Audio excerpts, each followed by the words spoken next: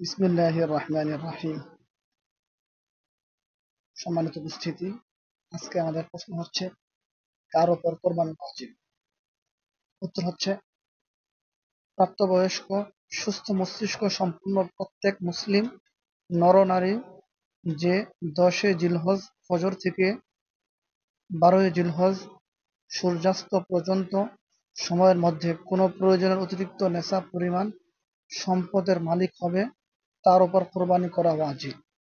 টাকা পয়সা, সোনা রূপা, অলংকার, বসবাস ও খোরাকির প্রয়োজন আসে না এমন জমি, প্রয়োজন অতিরিক্ত বাড়ি, ব্যবসায়িক পণ্য ও অপ্রয়োজনীয় সকল আসবাবপত্র কোরবানির নেশাবের ক্ষেত্রে হিসাবযোগ্য।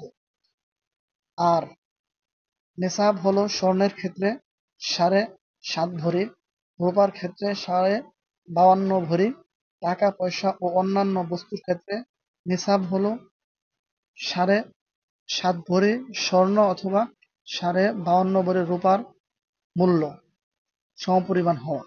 আর সোনা বা রূপা কিংবা টাকা পয়সা এগুলোর কোনো একটি যদি পৃথকভাবে নেশাব পরিমাণ না থাকে, কিন্তু প্রয়োজন অতিরিক্ত একাধিক বস্তু মিলে 52.5 তোলা রূপার মূল্যের সমপরিমাণ হয়ে যায়, তাহলেও তার উপর কোরবানি করা ওয়াজিব।